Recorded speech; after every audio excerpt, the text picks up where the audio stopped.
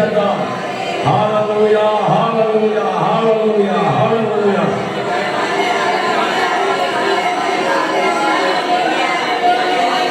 Hosanna నిన్నే ఆరాధింతును యేసయ్యా నిన్నే ఆరాధింతును. మనం హోసన్నా నిన్నే యేసయ్యా నిన్నే ఆరాధించుగా.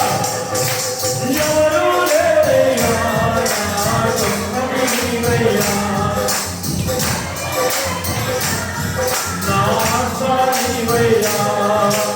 ఎవరు లేరయ్యా నా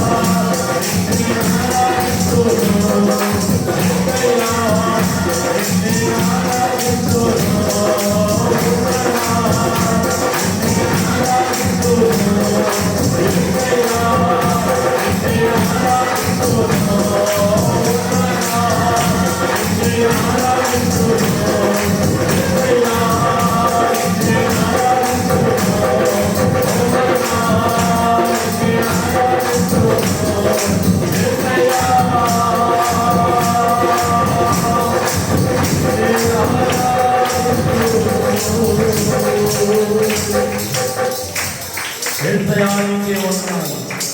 నిన్ను ఆరాధించడానికి, నిన్ను స్తుతించడానికి మాకెంతో ఇష్టము తండ్రి. నాయనా నిన్ను ప్రతిరోజు స్తుతించి ఆధారపరచుట మాకెంతో ఇష్టము తండ్రి. మాకిష్టమైన ప్రదాతగా, ప్రధానుడిగా, రక్షకుడిగా నీవు ఉన్నావు తండ్రి. మా యజమానుడిగా నీవు ఉన్నావు తండ్రి. ఈ సంఘ యజమానుడిగా, మా కుటుంబానికి యజమానుడిగా నీవు నడిపిస్తున్నందుకు ఉన్నారు, బలపరుస్తున్నందుకు ఉన్నారు. ఈ 2వ దినాన్ని ప్రతి ఉపవాసకుడి వల్ల కూడా నాతో మాతో ఈ పరిశుద్ధాత్మ శక్తితో మాట్లాడు. మీరు మాట్లాడండి, మీరు మాట్లాడండి, మీరు మాట్లాడండి. అయ్యా మీరు మాట్లాడండి మాతో. మీరు పరిశుద్ధాత్మ శక్తితో, ఆత్మ ప్రసన్నతో మాట్లాడండి. పరికరము దయను మా పైన ఉంచి నీవే మేము సరి చేసుకునే మార్గము మాకివ్వండి. మాలో తొలగించుకోవలసినవి మాకు చెప్పండి. మాకు బుద్ధి చెప్పండి, బుద్ధి నేర్పండి. నీ సన్నిధిలో ఒదిగి నేర్చుకోవడానికి మేము ఇష్టపడుతున్నాం. పరిశుద్ధాత్మ దేవా, నీవు తప్ప మాకెవరు చెబుతారు తండ్రి? ఎవరు బలపరుస్తారు? నీ రాజ్యమునికి రావడానికి మాకు సిద్ధపాటు జీవితము నీ వాక్యమే తండ్రి. కాబట్టి నాతో మాతో మాట్లాడండి.